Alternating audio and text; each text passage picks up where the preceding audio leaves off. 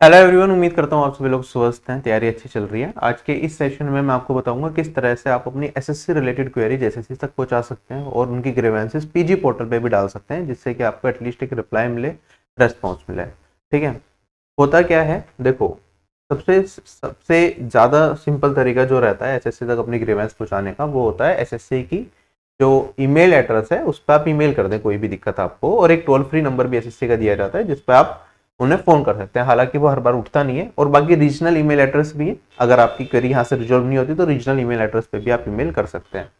But कई बार ऐसा होता है कि आपको अपनी क्वेरी भेजी, उसका कोई रिप्लाई नहीं मिल रहा है, या एसएससी ने आप कुछ रिफॉर्म चाहते हैं, एसएससी तक वो बात नहीं पहुंच पा रही, तो आप पीजी पोर्टल के थ्रू अपनी ग्रीवेंस डालते हैं, जिसमें आपको कोई ना कोई रिप्लाई जरूर मिलेगा और आपके पास एक प्रूफ भी रहेगा कि हाँ, आपने अपनी ग्रीवेंस उन तक पहुंचाई और उसका आपको रिप्लाई भी मिला। तो वो सारी चीजें मैं आपको बताऊंगा कि पीजी पोर्टल पर अपनी ग्रीवेंस को कैसे फाइल करें। जैसे कि आप लोग जानते हैं, एसएससी एमटीएस से रिलेटेड मैंने एक मुद्दा उठाया है जिसमें हम बात कर रहे हैं कि भाई फॉर्म भरने के बाद सीधा फाइनल रिजल्ट आ जाता है। इस बीच में काफी महीने निकल जाते हैं, जिसमें काफी सारे एस्पिरेंट्स ऑलरेडी अलग अलग डिपार्टमेंट्स में सिलेक्ट हो जाते हैं, सीएचएसएल के थ्रू, सीजीएल के थ्रू, सीपीओ, स्टेनो, किसी भी एग्जाम के थ्रू, तो वो एमटीएस से ज्वाइन नहीं करना चाहते।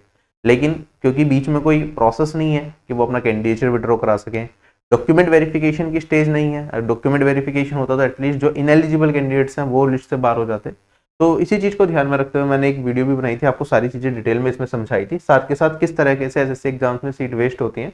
इवन सीजीएल जैसे एग्जाम में 20% से ज्यादा सीट्स अनफिल्ड रह जाती है, और एमटीएस एग्जामिनेशन में तो आप मान के चलिए आंकड़ा 50% से भी ज्यादा का रहेगा।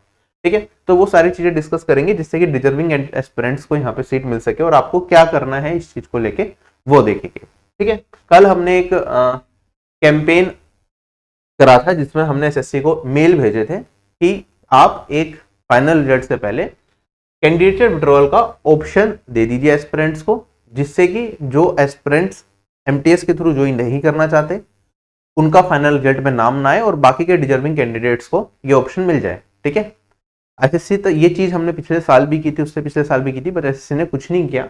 फिर भी हमने इस बार दोबारा से कोशिश करी।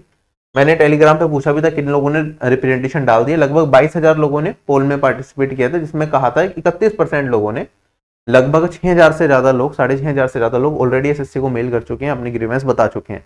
ठीक है, फिर भी अगर एसएससी इस पे कुछ नहीं करता तो दूसरा ऑप्शन हमारे पास ये है कि हम पीजी पोर्टल के थ्रू भी अपनी ग्रीवेंस एसएससी तक पहुंचाएं, और फिर लास्ट ऑप्शन हमारे पास बचेगा ट्विटर कैंपेन का। ठीक है, इसमें हमने कैंडिडेचर विड्रॉल की मेनली बात करी थी कि अगर एसएससी ऐसा ही कोई प्रोसेस दे दे कि एमटीएस से पहले बच्चे कैंडिडेचर को विड्रॉ करा सके तो बेस्ट है। ठीक है, क्योंकि ये रिक्वेस्ट फॉर्म में है कि आप एक नई चीज इंट्रोड्यूस करके ये कर लीजिए। अब दूसरी चीज, जब हम पीजी पोर्टल पे ग्रीवेंस की बात करेंगे तो वहां पे हमारा मेन मुद्दा ये रहेगा कि हम एसएससी को ये बताएं कि वो क्या बड़ी गलती कर रहे हैं, क्योंकि कोई भी रिक्रूटमेंट एग्जाम अगर हो रहा है तो उसका डॉक्यूमेंट वेरिफिकेशन फाइनल रिजल्ट से पहले होना चाहिए। एसएससी में क्या है कि आपका रिजल्ट आ जाता है फाइनल, उसके बाद यूजर डिपार्टमेंट डॉक्यूमेंट वेरिफिकेशन कराता है, और उसके बाद कोई बच्चा इनएलिजिबल हो या उसने गलत डिटेल्स डाल के फॉर्म भरा हो तो वो सिलेक्शन से बाहर हो गया, कोई मेरिट लिस्ट भी, कोई वेटिंग लिस्ट भी नहीं है, तो वहां पे सीट सारी की सारी बेकार हो जाती हैं।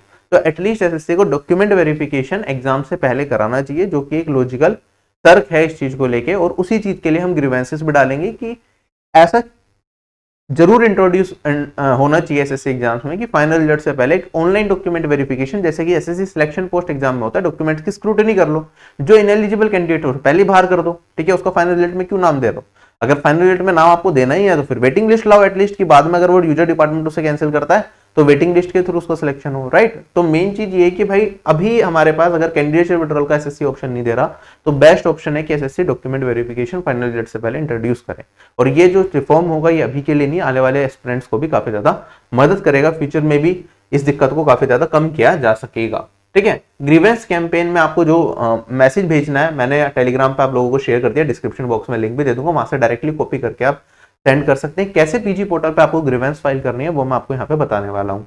ठीक है, ये एसएससी एमटीएस एस्पिरेंट मैंने हेडिंग में लिखा है, लेकिन अगर आप लोग चाहते हैं कि एसएससी सीजीएल सीएचएसएल में भी ऐसा हो कि जो एलिजिबल कैंडिडेट्स हैं सिर्फ वही रिजल्ट में नाम आए, कोई किसी के पास मान लो सर्टिफिकेट नहीं है, कास्ट सर्टिफिकेट नहीं है, कोई एलिजिबल ही नहीं है किसी पर्टिकुलर पोस्ट के लिए, वो गलती से डॉक्यूमेंट उसमें भर देता है फॉर्म में और बाद में लिस्ट में नाम आ जाता है, फिर वो ज्वाइन ही नहीं कर पाता, ऑब्वियसली बाद में रिजेक्ट किया जाता है। आप चाहते हैं कि स्क्रूटिनी पहले हो डॉक्यूमेंट्स की बाकी एसएससी एग्जाम्स में भी, तो आप ये उसके लिए भी भेज सकते हैं, लेकिन एमटीएस में ये बहुत ज्यादा जरूरी है, क्योंकि जो कैंडिडेट ऑलरेडी अदर पोस्ट पे सिलेक्टेड हो गए तो वो ऑब्वियस सी बात है कि डॉक्यूमेंट वेरिफिकेशन में नहीं जाएंगे अगर वो चाहते हैं कि बाकी लोगों को मौका मिले। तो ये आपको जरूर भेजनी है एसएससी में। पीजी पोर्टल जो वेबसाइट है वो है pgportal.gov.in। इस पे आपको जाना है, डिस्क्रिप्शन बॉक्स में लिंक दे दूंगा। वहां पे जाके अगर आपने अभी तक कोई भी ग्रीवेंस आज तक फाइल नहीं करी है तो सबसे पहले आप साइन इन पे यहाँ पे क्लिक करेंगे, ठीक है। तो फिर इस तरीके से आएगा। तो अगर आपने पहले रजिस्टर कर रखा है तो आप अपनी आईडी डाल के यहाँ पे लॉग इन कर सकते हैं, वरना आपको यहाँ पे क्या करना पड़ेगा, click here to sign up. जैसे ही आप इस पे क्लिक करेंगे तो यहाँ पे आपसे सारी की सारी डिटेल्स मांगेगा, जो कि आप फिल कर देंगे और उसके बाद सबमिट कर देंगे। ये फिल करते ही आपको एक ईमेल जाएगा जिससे आपकी ईमेल को वेरीफाई कर सकें। आप इस पे क्लिक कर देंगे ईमेल पे तो आप सक्सेसफुली रजिस्टर हो जाएंगे। उसके बाद आपको पासवर्ड सेट करने का मौका मिलेगा और एक यूनिक यूजर नेम मिलेगा, ठीक है, वो आप सेट कर लेंगे। उसके बाद दोबारा अपना मोबाइल नंबर और पासवर्ड डाल के आपको यहाँ पे लॉगिन कर देना है। लॉगिन करने के बाद आपके पास यहाँ पे ऑप्शन आएगा लॉज पब्लिक ग्रीवेंस। जैसे ही आप इस पे क्लिक करेंगे उसके बाद यहाँ पे इस तरह की विंडो ओपन होगी, आप इस पे क्लिक कर सकते हैं, ठीक है, और यहाँ पे सबमिट करेंगे, ठीक है। और उसके बाद यहाँ पे स्टाफ सिलेक्शन कमीशन आप यहाँ पे सिलेक्ट करेंगे। देखो यहाँ पे मोर का ऑप्शन आएगा, यहाँ से आपको स्टाफ सिलेक्शन कमीशन सर्च करना है, ठीक है। और जब आप स्टाफ सिलेक्शन कमीशन सर्च करते हैं ना तो सिलेक्ट मेन कैटेगरी। बहुत सारे एस्पिरेंट्स मेरे पास कहते हैं सर हमारा एग्जाम में मिसकंडक्ट हुआ है, या एग्जाम में माउस नहीं चला, सर्वर इशू आया, इस तरह की दिक्कतें फेस करने को मिली हैं, या फिर एसएससी ने विदहेल्ड लिस्ट में डाल दिया, अब आगे क्या करना चाहिए, या मेरा फालतू में कैंडिडेचर कैंसिल हो गया, या कुछ और चीजें। तो यहाँ पे अपनी ग्रीवेंस जो भी आप एसएससी को वैसे तो मेल करके बताएंगे तो वहां पे क्लियर हो जाना चाहिए एसएससी ऑफिस विजिट करके।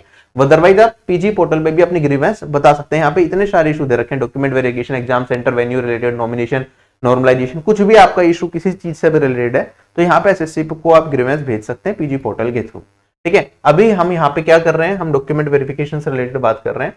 तो मेन कैटेगरी डॉक्यूमेंट वेरिफिकेशन का सिलेक्ट करके आप यहाँ पे अदर सिलेक्ट करके अपनी यहाँ पे ग्रीवेंसेस को भेज सकते हैं। जैसे आप अदर सिलेक्ट करेंगे तो यहाँ पे आपके पास ये ऑप्शन पूछेगा आपका नाम क्या है, registration number, name, year of exam, roll number और ऑफिस। तो इसमें हमें इस चीज पे जोर देना है कि भाई जो प्रेजेंट सिस्टम है वो इनएफिशिएंट है, जिसकी वजह से हमारा सिलेक्शन नहीं हो पा रहा। क्यों नहीं हो पा रहा, क्योंकि मेन रीजन ये है कि भाई एसएससी में डॉक्यूमेंट वेरिफिकेशन नहीं है, जिसकी वजह से जो कैंडिडेट्स एलिजिबल ही नहीं है एग्जामिनेशन के लिए, ठीक है, वो सिलेक्ट हो रहे हैं, ठीक है। क्योंकि डॉक्यूमेंट वेरिफिकेशन नहीं हो रहा, फाइनल रिजल्ट के बाद होता है, बाद में जो डिपार्टमेंट निकाले तो उससे पहले कि एसएससी को पहले ही डॉक्यूमेंट वेरिफिकेशन ऑनलाइन स्क्रूटिनी करानी चाहिए, जैसे सिलेक्शन पोस्ट एग्जामिनेशन में होती है। आप एसएससी की आप अपनी आईडी से लॉगिन करते हैं, लॉगिन करने के बाद ये ऑप्शन आता है, वहां पे आप अपने डॉक्यूमेंट्स को अपलोड करते हैं, एसएससी स्क्रूटिनी करता है, उसके बेसिस पे एक लिस्ट निकलती है, तो जो सुटेबल होते हैं वही आगे के प्रोसेस में जाते हैं। तो फाइनल रिजल्ट से पहले एसएससी को ये स्क्रूटिनी करनी चाहिए, जो कि बहुत लंबा चौड़ा काम नहीं है, ठीक है। और उसके बाद आप यहाँ पे अपने डिटेल्स भेजेंगे, आप यहाँ पे अपना एडमिट कार्ड भी अटैच कर सकते हैं और यहाँ पे नेक्स्ट करके आपकी ग्रीवेंस फाइल हो जाएगी, आपको एक यूनिक ग्रीवेंस नंबर मिल जाएगा, ठीक है। और उसके बाद यहाँ पे ग्रीवेंस के लिए जो कंटेंट आपको भेजना है वो मैंने यहाँ पे आपको शेयर कर दिया है। आप इसमें मॉडिफिकेशन करके अपने हिसाब से चेंजेस करके यू कैन सेंड। और एक चीज आप और देखेंगे यहाँ पे, मैं आपको दिखाता हूँ, जब आप यहाँ पे ग्रीवेंस फाइल कर रहे होंगे तो staff selection commission document verification में एक और ऑप्शन आता है कैंसिलेशन ऑफ कैंडिडेचर का, ठीक है। हम एसएससी से एमटीएस में कहीं ना कहीं यही डिमांड कर रहे हैं कि आप कैंडिडेचर कैंसिल करा दो, लेकिन यहां से मुझे नहीं लगता कि कैंडिडेचर कैंसिल हो पाएगा, क्योंकि अगर आप यहाँ पे डिटेल डालते हैं, देखो कुछ ही चीजें पूछी जा रही है यहाँ पे, name, registration number, name, examination, year of exam, roll number, registration, office, ठीक है। तो ये तो भाई किसी के पास आपका एडमिट कार्ड होगा तो वो भी आपका कैंडिडेचर कैंसिल करा सकता है। अगर यहां से कैंडिडेचर कैंसिल होता तो मुझे नहीं लगता ये एक सही अप्रोच है, ठीक है। तो लॉजिकली तो एसएससी की वेबसाइट पे बच्चा लॉगिन करे रजिस्ट्रेशन नंबर से, पासवर्ड से, उसके बाद अपना कैंडिडेचर कैंसिल कराए तो ही चीजें सही चलेंगी, ठीक है। यहां से मुझे नहीं लगता कैंडिडेचर कैंसिल करवा पाएंगे। यहां से सिर्फ ये हो सकता है कि भाई जिस बच्चे का एसएससी ने कैंडिडेचर कैंसिल कराया हो वो अपनी ग्रीवेंस डालता हो कि यार मेरे साथ आपने गलत तरीके से मेरा कैंडिडेचर कैंसिल कराया, तो शायद ये ऑप्शन होता हो। फिर भी आप लोग जो लोग अपना एमटीएस में कैंडिडेचर कैंसिल कराना चाहते हैं तो एक बार ट्राई करके देख लीजिएगा कि यहां से भी डाल दो कि मेरा कैंडिडेचर कैंसिल करा दो, तो शायद क्या पता कंसीडर किया जाए इस चीज को। बट ये अप्रोच मेरे हिसाब से ठीक नहीं है, क्योंकि यहाँ पे कोई ओटीपी का चक्कर नहीं है, वेरिफिकेशन नहीं है, तो कैसे ये डिसाइड हो कि जो बच्चा एक्चुअली में जिस बच्चे को कैंडिडेचर कैंसिल कराना है ये उसी का डेटा है या नहीं है, ठीक है। ऐसा भी हो सकता है किसी और पर्टिकुलर पर्सन जिसके पास उसका एडमिट कार्ड हो वो यहाँ पे डिटेल्स फिल कर दे और उससे कैंडिडेचर कैंसिल होगा तो बहुत बड़ी दिक्कत का काम हो जाएगा, ठीक है। तो ये एक बार देख लेना, बाकी जिसे कैंसिल कराना एक बार ट्राई कर सकते हैं। थैंक यू, आप लोगों से हेल्प बता लेता हूँ। Bye bye, take care, have a nice day and Jai Hind.